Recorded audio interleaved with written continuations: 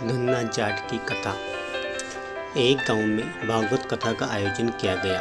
पंडित जी भागवत कथा सुनाने आए। पूरे सप्ताह कथा वाचन चला। पूर्णाहुति पर दान दक्षिणा की सामग्री इकट्ठा कर घोड़े पर बैठकर पंडित जी रवाना होने लगे। उसी गांव में एक सीधा साधा गरीब किसान भी रहता था, जिसका नाम था धन्ना जाट। धन्ना जाट ने उनके पाँव पकड़ लिए। वो बोला, पंडित जी महाराज, आपने कहा था कि जो ठाकुर जी की सेवा करता है उसका बेड़ा पार हो जाता है। आप तो जा रहे हैं, मेरे पास न तो ठाकुर जी हैं, न ही मैं उनकी सेवा पूजा की विधि जानता हूँ, इसलिए आप मुझे ठाकुर जी देकर पधारें।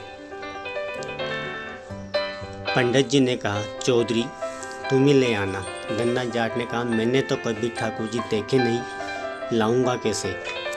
पंडित जी को घर जाने की जल्दी थी। उन्होंने पिंड छुड़ाने को अपना भंग घोटने का सिलबट्टा उसे दिया और बोले, ये ठाकुर जी हैं, इनकी सेवा पूजा करना। धन्ना जाट ने कहा, महाराज मैं सेवा पूजा का तरीका भी नहीं जानता, आप ही बताएं। पंडित जी ने कहा, पहले खुद नहाना, फिर ठाकुर जी को नहलाना, इन्हें भोग चढ़ाकर फिर खाना। इतना कहकर पंडित जी ने घोड़े के एड़ लगाई। वह चल दिए। धन्ना सीधा एवं सरल आदमी था। पंडित जी के कहे अनुसार सिलबट्टे को बतौर ठाकुर जी अपने घर में स्थापित कर दिया। दूसरे दिन स्वयं स्नान कर सिलबट्टे रूपी ठाकुर जी को नहलाया। विधवा माँ का बेटा था, खेती भी ज़्यादा नहीं थी, इसलिए भोग में अपने हिस्से का बाजरे का टिक्कर एवं मिर्ची की चटनी रख दी। ठाकुर जी से धन्ना ने कहा, पहले आप भोग लगाओ, फिर मैं खाऊंगा। जब ठाकुर जी ने भोग नहीं लगाया तो बोला, पंडित जी तो धनवान थे, खीर पूरी एवं मोहन भोग लगाते थे। मैं तो गरीब जाट का बेटा हूँ, इसलिए मेरी रोटी चटनी का भोग आप कैसे लगाएंगे। बस साफ साफ सुन लो, मेरे पास तो यही भोग है, खीर पूरी मेरे बस की नहीं है। ठाकुर जी ने भोग नहीं लगाया तो धन्ना भी सारा दिन भूखा रहा। इसी तरह वह रोज़ का एक बाजरे का ताज़ा टिक्कर एवं मिर्ची की चटनी रख देता एवं भोग लगाने की प्रार्थना करता। ठाकुर जी तो पसीज ही नहीं रहे थे।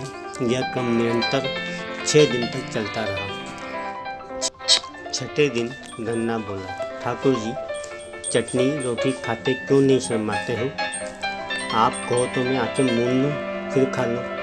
ठाकुर जी ने फिर भी भोग नहीं लगाया। धन्ना भी भूखा प्यासा था। 7वें दिन धन्ना जाट बुद्धि पर उतर आया। फूट फूट कर रोने लगा एवं कहने लगा कि सुना था आप दीन दयालु हो, पर आप भी गरीब की कहाँ सुनते हो। मेरा रखा यह टिक्कर एवं चटनी आकर नहीं खाते हो, तुम मत खाओ, अब मुझे भी नहीं जीना है। इतना कह उसने सिलबट्टा उठाया और सिर फोड़ने को तैयार हुआ। अचानक सिलबट्टे से एक प्रकाश पुंज प्रकट हुआ एवं धन्ना का हाथ पकड़ कहा, देख धन्ना, मैं तेरा चटनी टिक्कर खा रहा हूँ।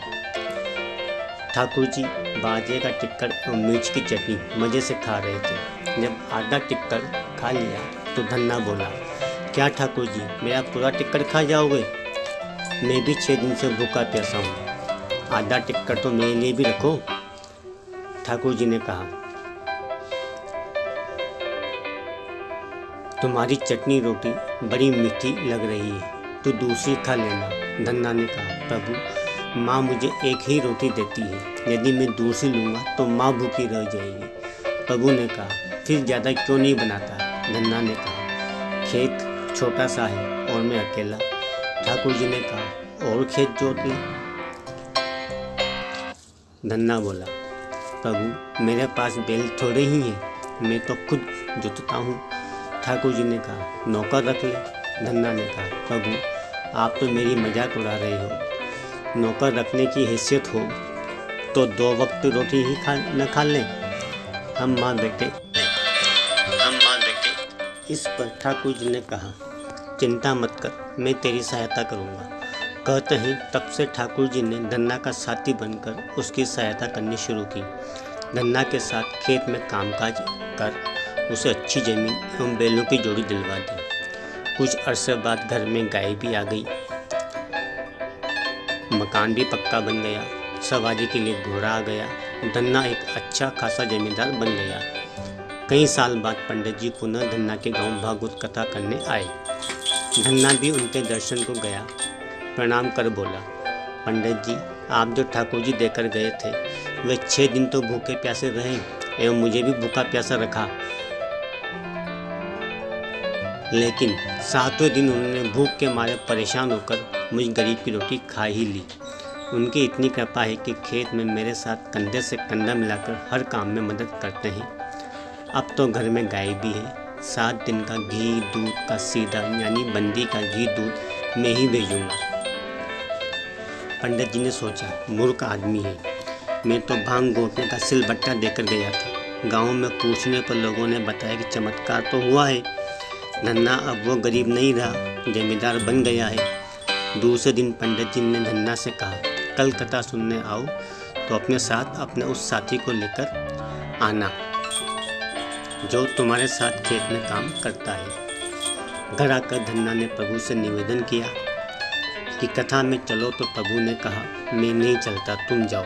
धन्ना बोला, तब क्या उन पंडित जी को आपसे मिलाने घर ले आऊं? प्रभु ने कहा, बिल्कुल नहीं, मैं झूठी कथा करने वालों से नहीं मिलता।